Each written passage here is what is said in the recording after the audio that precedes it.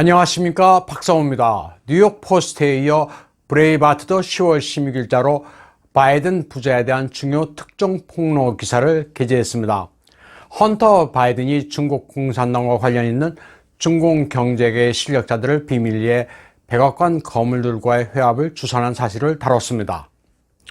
알리바바의 마윈, 왕스 등 중국 기업가로 구성된 중국 기업가 클럽 CEC 회원들과 롱용투, 우재민 등 중국 고위 관리들이 헌터 바이든의 주선으로 2011년 11월 14일 백악관에서 당시 부통령 조 바이든을 만났다는 내용입니다. 주목할 만한 것은 당일 백악관의 방문자 기록에는 조 바이든이 중국 기업가들을 만난 사실이 누락되어 있습니다. 그러나 CEC의 영문판 소개란에는 CEC 사무총장 매기청이 자신에 대한 간략한 소개에서 그녀가 2011년 미국을 방문했다고 적혀 있습니다. 그녀는 CEC 멤버들이 2011년 미국뿐 아니라 2012년에는 영국, 2013년에는 프랑스, 벨기에를 방문했으며 가는 곳마다 환대를 받았다고 적었습니다. CEC는 이 방문에서 국제적으로 실력 있는 명사들을 만났다고 했습니다. 미국 부통령 조 바이든과 로버트 호메츠, 전 국무장관 매들린 올브라이트, 콜린 파월, 영국 수상 데이빗 캐머런, 프랑스 대통령 프랑스와 올랑, 유엔 사무총장 반기문, 유럽위원회 의장 호세 마누엘 바로소 등을 열거했습니다. 여기서 미스테리가 왜 백악관 방문 기록에서 이 회합이 누락됐고 헌터 바이든이 이 자리를 주선한 이유가 무엇일까 하는 점입니다. 이로부터 2년 후인 2013년 조 바이든은 헌터 바이든과 함께 중국으로 날아가 시진핑과 만납니다. 그리고 열흘 뒤 헌터 바이든의 회사는 중국 측과 상하이에서 보하이 화웨이를 설립합니다. 그리고 헌터 바이든은 이 회사 이사가 돼 수백만 달러의 지분을 가지게 됩니다. 보하이 화웨이의 중대 투자처 중 하나는 류촨즈 일가의 디디다처, 지금은 디디추싱이라는 업체입니다. 디디추싱은 중국판 우버입니다. 류촨즈는 CEC의 부주석으로 레노버의 창업자로도 유명합니다. 디디추싱의 총재는 류촨즈의 딸 류칭입니다. 레노버의 창업자 류촨즈는 공산당원이며 여러 차례 전인대 대표도 지냈습니다. 중공통전부에 의해 걸출한 기업가로 선발되기도 했으며 중공당 중앙으로부터 개혁 선봉으로 주목을 받았습니다. 중국 공산당의 신임을 받는 인사입니다. 뉴욕 포스트의 특정 보도와 브레이바트의 특정 보도는 그 소스가 다른 별도의 폭로입니다. 뉴욕 포스트 기사는 하드 드라이브에서 나온 반면 브레이바트 기사는 헌터의 옛 비즈니스 파트너가 출처입니다. 조 바이든 진영에서는 연일 터져나오는 스캔들에 제대로 반박을 하지 못하고 있습니다. 뉴욕 포스트가 보도한 하드 드라이브가 헌터의 것이 아니라고 반박하지도 않고 있습니다. 또 조 바이든이 우크라이나, 중공의 에너지 회사와 정식으로 접촉한 적은 없지만 비공식적으로 관련이 있을 가능성을 배제할 수 없다는 입장입니다. 트위터와 페이스북은 바이든 부자 스캔들의 확산을 적극적으로 막고 있습니다. 뉴욕 포스트 기사의 공유를 봉쇄하고 있습니다. 맥커넌이 백악관 대변인과 트럼프 대통령 서포터 그룹의 트위터 계정이 뉴욕 포스트 기사를 올리는 것을 막았습니다. 뉴욕 포스트 편집인도 기사 내용을 트위터에 올릴 수가 없습니다. 소랍 아마리는 미국 내에서 부수가 많은 뉴욕 포스트의 편집인인 자신도 대선과 관련된 내용을 트위터에 올릴 수 없다면서 분개했습니다. 이는 빅텍의 정보 쿠데타다. 디지털 내전이 벌어지고 있다고 적었습니다. 트위터는 소랍 아마리가 올린 게 해로울 수 있는 내용이라면서 기사 내용을 올리는 것을 원천 차단하고 있습니다. 페이스북과 트위터는 바이든 부자의 스캔들이 증명이 안 됐다. 해커가 불법으로 빼낸 정보일 수 있다는 논리를 내세우고 있습니다. 이에 대해 뉴욕 포스트는 줄리아니 전 뉴욕 시장으로부터 받은 출처가 확실한 정보라는 입장입니다. 전 세계에서 중공은 급속히 고립되고 있지만 조용히 유엔을 장악해가고 있습니다. 10월 7일 월스트리트 저널 기고문에 따르면 유엔은 빅데이터 센터를 중공 항저우에 준비하고 있습니다.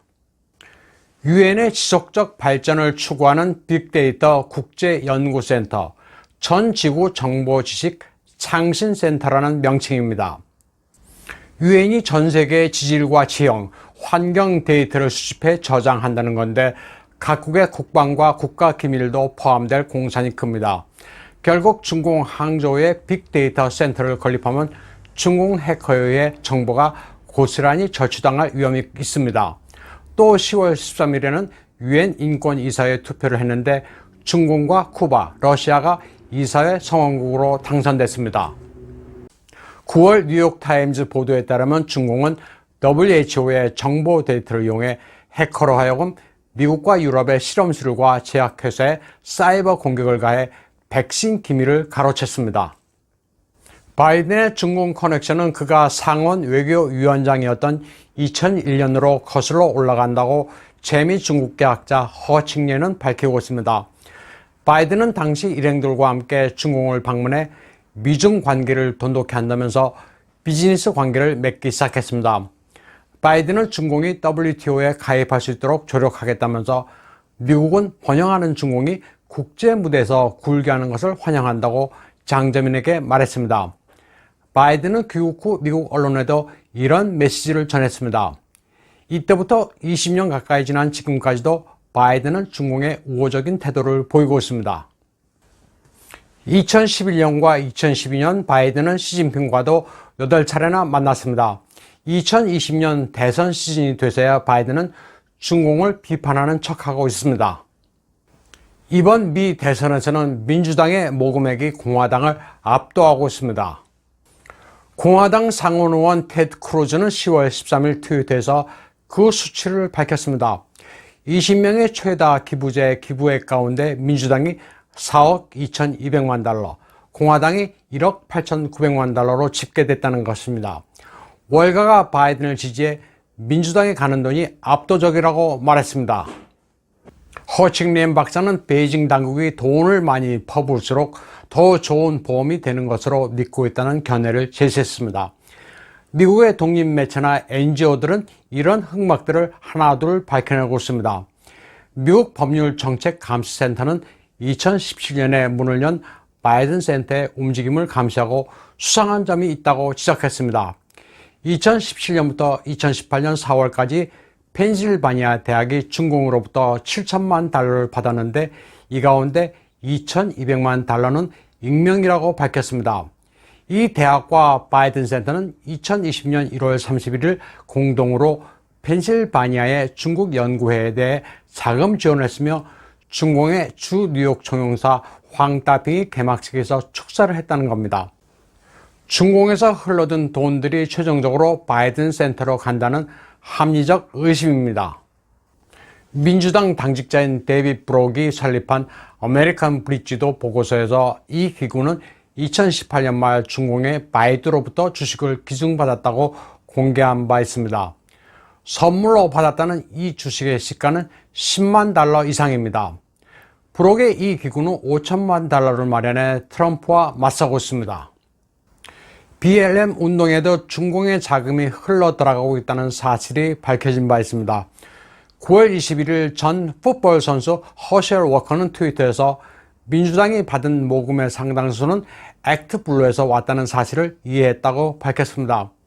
액트블루는 모금 플랫폼으로 이 조직의 상당수가 민주당과 연계되어 있습니다. 워커는 BLM 산하 기구들이 중공의 기관과 합작하고 있으며 그들로부터 돈을 받고 있다고 말했습니다.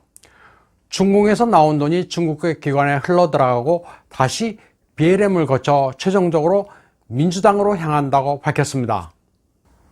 헌터 바이든의 타이완 중공 삼각 커넥션도 전모가 드러나고 있습니다.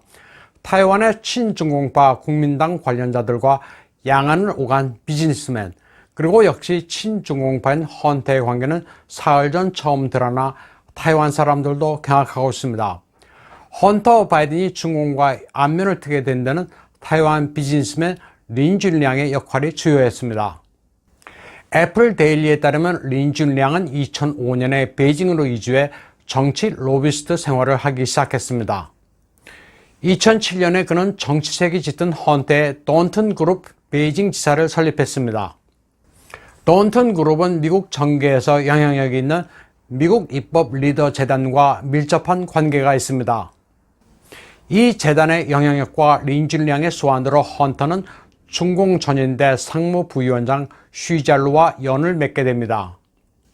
2010년 린즐량은 헌터 바이든이 미 부통령 아들 그리고 로즈먼트 세네카의 부총재 신분으로 중공을 방문할 수 있도록 선을 놓는 데 성공합니다. 헌터는 이 방문으로 중공의 핵심 금융계 인사와 고위층을 만나게 됩니다. 헌터가 가는 곳마다 린즐량이 수행했습니다.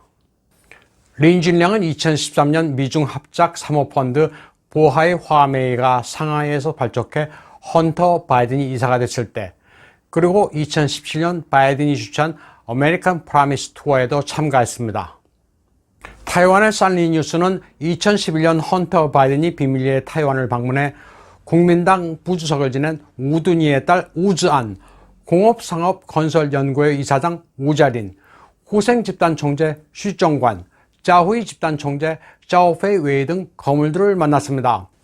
이로부터 4개월 뒤 헌터는 아버지 조 바이든과 함께 중공을 방문했습니다. 부자가 타이완과 중공을 몇 달 사이에 오간 겁니다. 바이든 부자의 중공 행위는 미국 정가의 2세들도 대거 따라갔습니다.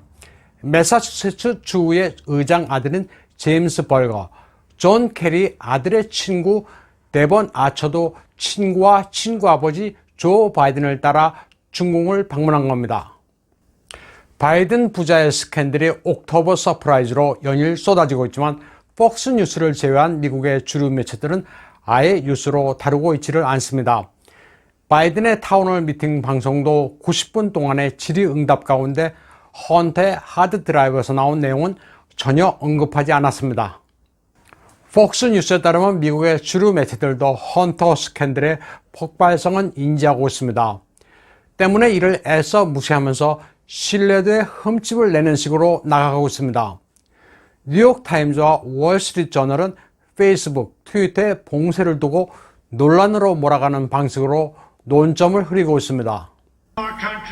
트럼프 대통령은 조지아 유세에서 조 바이든 가족을 범죄 패밀리라고 규정했습니다. 바이든 부자의 범죄 규모가 너무 엄청나 힐러리 정도는 아마추어로 만들었다고 말했습니다. 트럼프는 조지아에서 바이든 일가의 우크라이나 중공 커넥션 추문을 감추려는 좌파 매체와 빅텍을 맹공격했습니다. 트럼프 지지자들은 미국의 가장 적대적인 매체로 CNN을 꼽고 있습니다. 유세장에서 관중들은 일제히 CNN 석스를 외치기도 했습니다. 오늘 방송은 여기까지 하겠습니다.